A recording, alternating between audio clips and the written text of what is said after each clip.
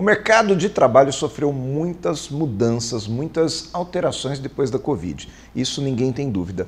Mas quais foram essas mudanças, quais são essas consequências e como é que nós podemos lidar com isso agora? Esse é o assunto de hoje do Café Corporativo.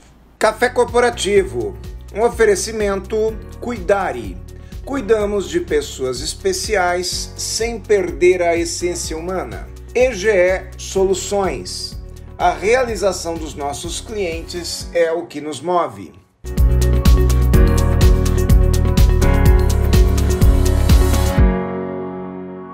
Café Corporativo aqui no nosso canal 25, hoje falando a respeito de neurociências. Nós vamos falar com o Dr. Robson Lázaro, que gentilmente veio aqui ao Café Corporativo. Veio de longe, né, Robson? Aqui de Jundiaí mesmo? De Jundiaí mesmo. Mas você não é de Jundiaí, né? Sou. Você é de Jundiaí? Sou, minhoca da terra. Verdade? Opa! Ah, é verdade. Jundiaiense. Mas você estudou fora, é isso? Estudei fora. Eu fiz a faculdade de medicina aqui em Jundiaí, mas a especialização em neurologia eu fiz na Universidade Federal de Juiz de Fora e fiz terapia neurointensiva no Hospital Sírio-Libanês. Tá, mas aí você teve uma época também para o interior de São Paulo. Sim, eu cheguei a morar no interior de São Paulo, na cidade de Jales, né, no noroeste paulista, ali região de São José do Rio Preto, e ainda mantenho alguns vínculos por lá.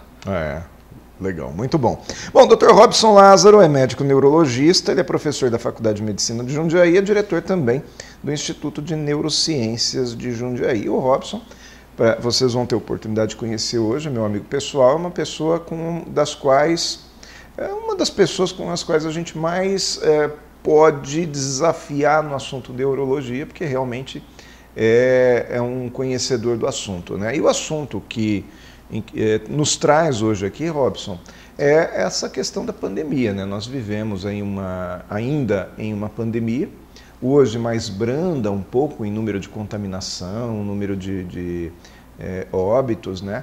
Mas enfim, um momento tenso e histórico, né? De toda a civilização. Agora, e as consequências disso? Se fala muito em sequelas, e a Covid deixa sequelas neurológicas também, né? E a nossa preocupação, óbvio que é geral, mas aqui no Café Corporativo vai falar a respeito dessas consequências no mercado de trabalho, no mundo corporativo, né? Como agir diante dessas situações. Enfim, que sequelas hoje a Covid pode deixar? Olha, Aguinaldo, primeiro se faz necessário que a gente entenda como é que se dá esse processo de saúde e doença.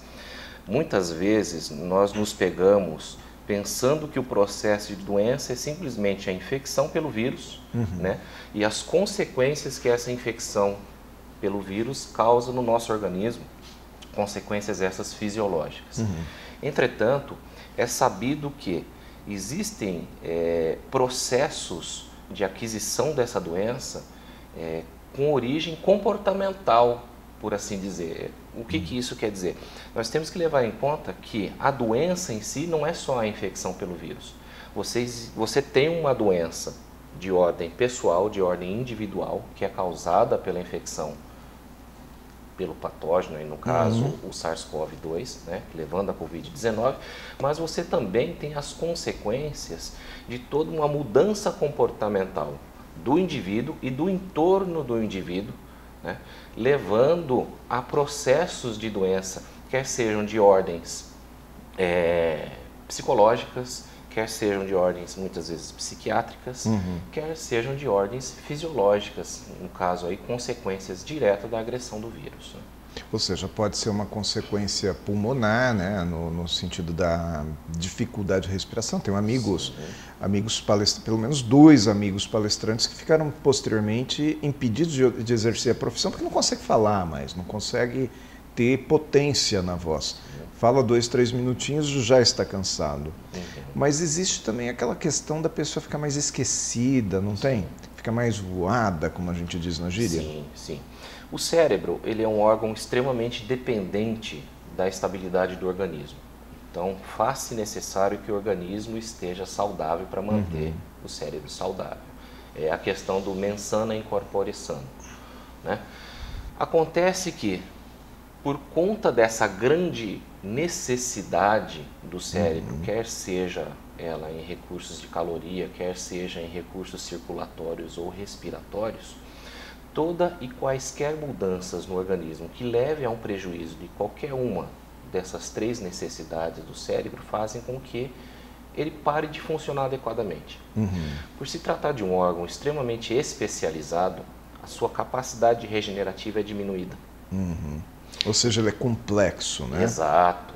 Então, por conta dessa complexidade, como você bem colocou, as necessidades dele, como todos, são muito elevadas. E o único mecanismo de defesa que ele tem é desligar determinados circuitos para que ele diminua essa necessidade de recursos externos, fazendo com que o organismo tenha tempo de se recuperar e ele possa adquirir um estado de equilíbrio novamente. Ele desliga algumas funções para que ele possa se concentrar em outras, é isso? Exato. Ele desliga circuitos de baixa prioridade, vamos colocar nesses termos, para que circuitos de prioridade mais elevada possam funcionar adequadamente. E como lidar com pessoas que chegam hoje no nosso cotidiano com essas sequelas? Bom, a gente não conhece completamente qual que é o processo pelo qual a COVID acaba ocasionando esse tipo de declínio cognitivo, por assim dizer, nesses pacientes. A metodologia que nós abordamos para que esses pacientes melhorem, ela não difere muito do que a gente já tem consagrado na prática em termos de exercícios para o cérebro, por assim dizer, entendeu? Melhorar a sua qualidade de vida como um todo, né? Para que seu organismo tenha condições ideais para que o cérebro funcione adequadamente, aquilo que nós discutimos anteriormente. Entretanto, você precisa oferecer ao cérebro desafios para que ele possa se exercitar. Assim como a musculatura, você oferece desafio para que ela se exercite e ela melhora a sua capacidade, o cérebro também tem os seus exercícios, suas atividades que podem ser oferecidas para que ele melhore. Né? Então, uma prática de leitura, uma prática de meditação, hábitos saudáveis de vida.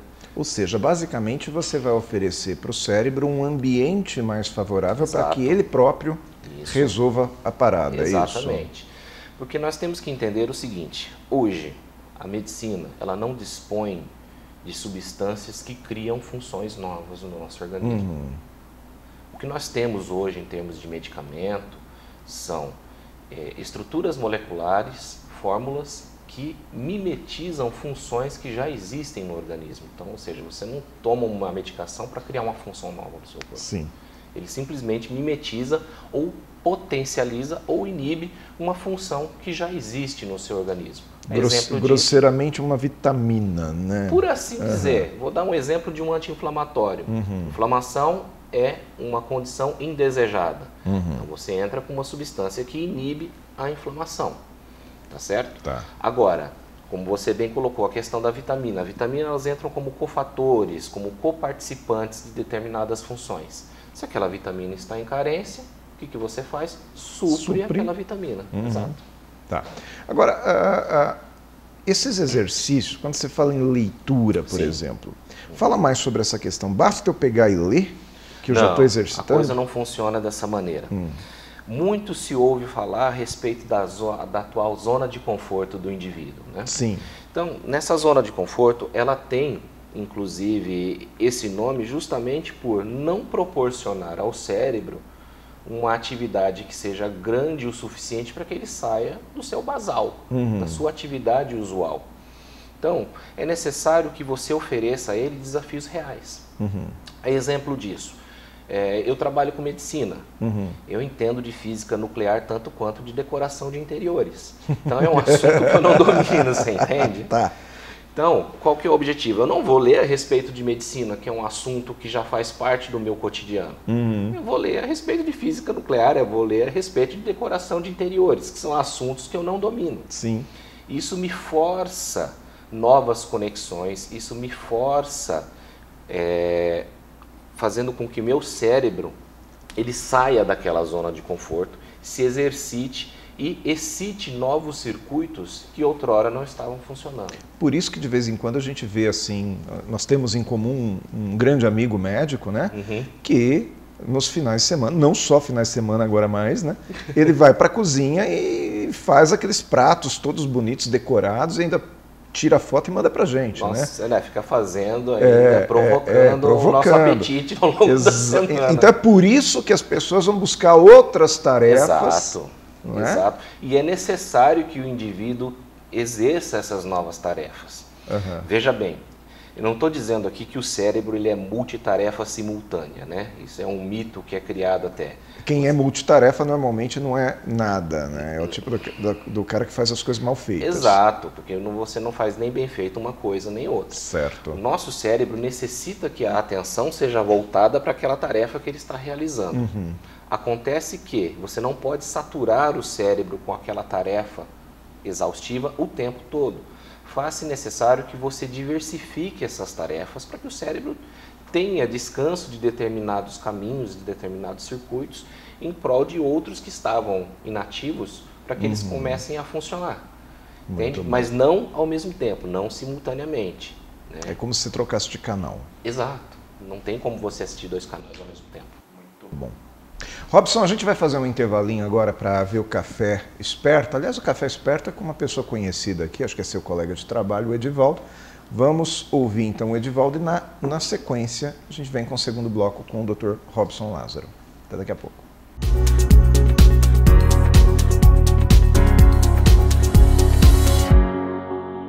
Olá pessoal do Café Corporativo, tudo bem com vocês? Espero que sim. Hoje eu quero falar um pouquinho sobre amizade. A amizade, já é cientificamente comprovado que quem tem um ciclo de amizades pode viver cerca de 10 anos a mais e com certeza bem mais feliz, né? Além de todos os benefícios de hormônios do prazer que acaba gerando, você vai ter com quem confidencializar seus anseios, seus desejos e suas vitórias, né? E isso com certeza acaba trazendo maior prazer na vida. É muito comum que os idosos fiquem mais sozinhos com o passar dos anos, que o seu ciclo de amizade já se findou, mas uma chamada telefônica, hoje em dia com WhatsApp e outros aplicativos, tende a amenizar. E isso, com certeza, são anos de construção. E a amizade deve ser cultivada. Falando em amizade, seja bem-vindo, Dr. Robson, ao Café Corporativo. Estamos muito contentes com sua presença. Espero ter ajudado de alguma maneira e até logo. Tchau, tchau.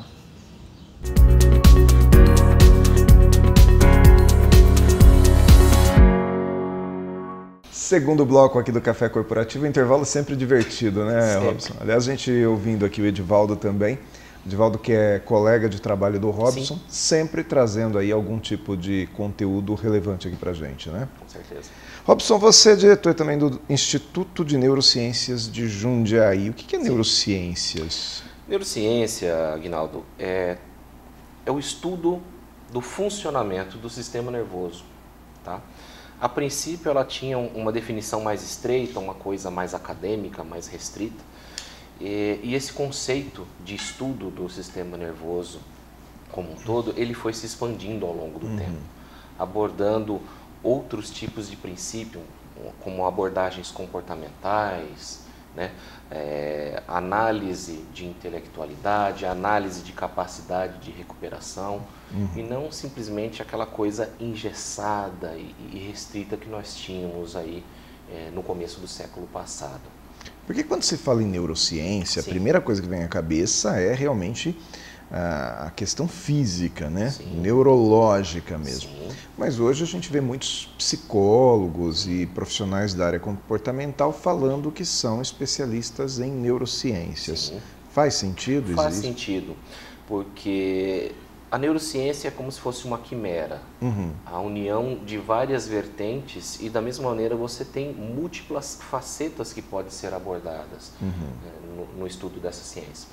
Tanto é que essa abordagem multidisciplinar permite a profissionais não médicos, profissionais de outras áreas, a participarem, a estudarem esse processo também. Na verdade, é importante que isso ocorra, porque a tendência, cada vez mais, é de você ter uma abordagem multidisciplinar naquilo que você está estudando. Robson, área comportamental, a gente costuma dizer que a mente, ela adoece o corpo, ou o contrário também, a mente pode curar o corpo. Sim. Mas estudos mais, em especial orientais, dizem o contrário também, né? Que o corpo pode curar a mente, ou que o corpo também pode adoecer a mente. Sim. Né? Algumas artes marciais, inclusive, trazem esse conceito. Quando se fala em medicina e área comportamental, uma coisa também pode ajudar a outra. Por exemplo, eu posso fazer com que uma pessoa ela tenha uma melhora cognitiva através de comportamento? Sim, isso é completamente factível. Nós temos que entender que a via é de mão dupla. Né? Quando você fala com uma mente sã num corpo saudável, a via é de mão dupla. Posso te dar um exemplo de conceituação mais elevada, como você mesmo citou a respeito de artes marciais, disciplinando mais um indivíduo. Isso faz com que haja uma disciplina do seu corpo também, desde coisas mais básicas. Um exemplo disso é um paciente que sofre um AVC, né? E tem uma paralisia de um determinado membro, por exemplo. Sim. O membro está completamente saudável, a musculatura está perfeita, o nervo que chega a ele está perfeito. Entretanto, a área que comanda aquilo ali está lesada. O painel de controle deu zica. Exato. Entendeu? É como um automóvel onde você tem o motor, o freio, o acelerador, mas você está sem direção. Então, mesmo que a direção esteja adequada, se você não tiver motorista, o carro não anda. Entende? Então, você tem essa conexão de duas vias, né? O cérebro necessita do corpo e o corpo necessita que o cérebro funcione adequadamente. E quando eu começo a cuidar do corpo, seja fazendo exercício físico, seja muitas vezes até tratando até uma questão estética mesmo, né? Que ela traz a uma determinada autoestima. Isso também organiza neurologicamente? Sim, isso organiza neurologicamente. Veja, Aguinaldo, no cérebro nós temos o que a gente chama de somatotopia. É a representação do próprio corpo na superfície, na estrutura do cérebro. Tá? Da mesma maneira com que o cérebro comanda a superfície do corpo ela envia informações para que o cérebro consiga manter aquelas estruturas. Um exemplo típico disso é o caso dos amputados. Sim. É muito comum um indivíduo que sofreu uma amputação recente, quer seja por uma doença, um traumatismo, enfim, não importa a causa, referir que ele tem dor naquele membro que foi amputado. Com o tempo, o cérebro vai se adaptando a essa nova situação e aquela imagem, aquela estrutura do cérebro que era responsável por aquele membro, ela começa a se modificar. E a imagem daquele membro, entre aspas, ela vai sendo apagada, ela vai sendo removida do cérebro. Isso é um exemplo físico, mas pode ser extrapolado para a questão comportamental. Então, as suas atitudes de vida, a maneira como que você se coloca diante das suas situações de vida, podem fazer com que haja alterações nas estruturas cerebrais e no funcionamento cerebral também. Vou pegar um caso. Recentemente, agora, eu fiz uma viagem aí para Minas Gerais, me encontrei com um amigo, e a esposa desse amigo, ela tem assim uma deficiência muito grande auditiva. Certo. Né? Ela usa o aparelhinho. Essa pessoa, ela tem uma capacidade assim muito maior de olfato. Sim. Ela sente cheiros que para nós são imperceptíveis. Sim. Se desenvolve então um outro lado, né? Sim. O ser humano, ele é um indivíduo em onde ele se baseia o seu comportamento muito naquilo que ele vê. Nós somos indivíduos basicamente visuais. Né? Isso faz com que nós dependamos muito desse sentido, por assim dizer. Mas se você pega indivíduos que têm deficiência visual e não enxergam, a capacidade auditiva deles dobra ou às vezes até triplica. Então eles são capazes de diferenciação de timbres que nós não podemos nem imaginar. Da mesma maneira, eles conseguem desenvolver muito o sentido do tato. Sim. Né? Tanto é que eles têm o processo de leitura específico, né, que é o processo Braille, que ele envolve o reconhecimento de rugosidades na superfície, né, específicas para cada expressão, para cada letra do alfabeto. E se você pegar um indivíduo que mantém os 5 sentidos e tentar fazer o discernimento naquela estrutura, ele não consegue. Por quê? É aquilo que eu te disse anteriormente a respeito de não sermos multitarefa.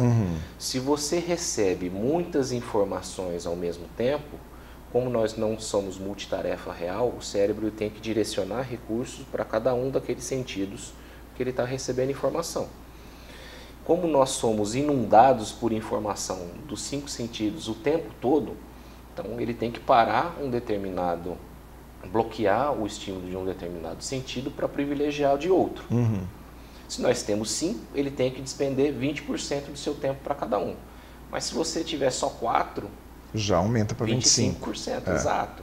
Entendeu? Então, quanto menos sentidos estão ativos naquele momento, maior a atenção voltada para aquilo ali e maior a capacidade, maior a fineza, entende? A sensibilidade daquele sentido. Porque a gente fica vendo aquelas pessoas que leem linguagem de sinais, né? Sim.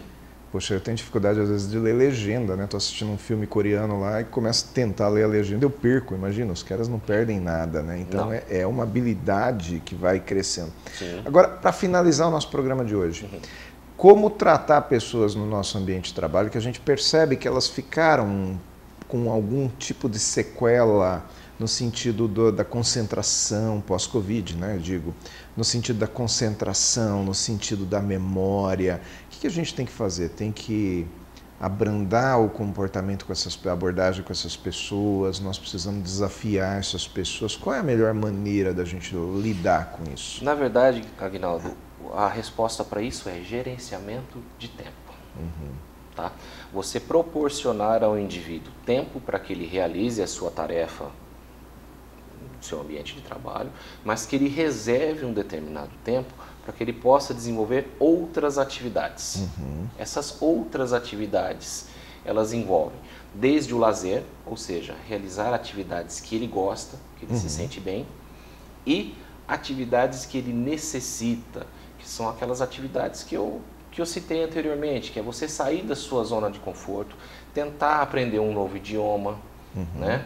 Tentar aprender a tocar um instrumento musical, aula de canto, uma atividade física, ou seja, sair do seu quadrado, literalmente, e tentar buscar novas atividades para que ele possa exercitar outras áreas do cérebro que estão em repouso. Muito bom.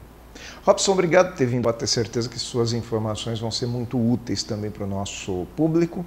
E eu já te convido a participar com a gente outras vezes aqui. Talvez a gente venha te convidar para um processo um pouquinho mais prolongado aqui no café. Tá bom? Tá joia. Até daqui a pouco no Mais Cafeína.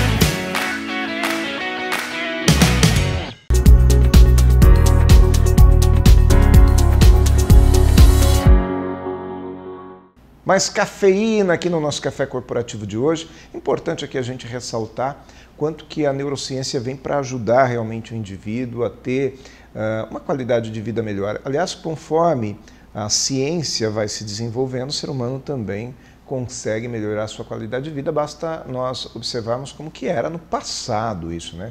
No passado, muitas pessoas sofriam muito preconceito, eram realmente colocadas à margem da sociedade em função de algum tipo de dificuldade psicológica ou até em função de algum tipo de comportamento já em função do estresse, né? Um comportamento já por desgaste, por estresse, e hoje a gente consegue lidar com isso com muito mais naturalidade. Então a tendência é que as coisas evoluam. Eu acredito que a neurociência está muito ligada ao setor comportamental, assim como isso interfere diretamente no mundo do trabalho.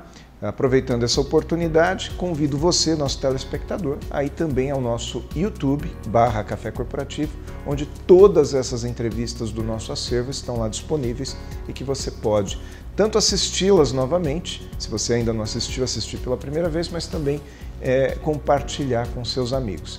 Fica o convite, conheça o nosso canal no YouTube e até a próxima semana com mais um Café Corporativo aqui no Canal 25.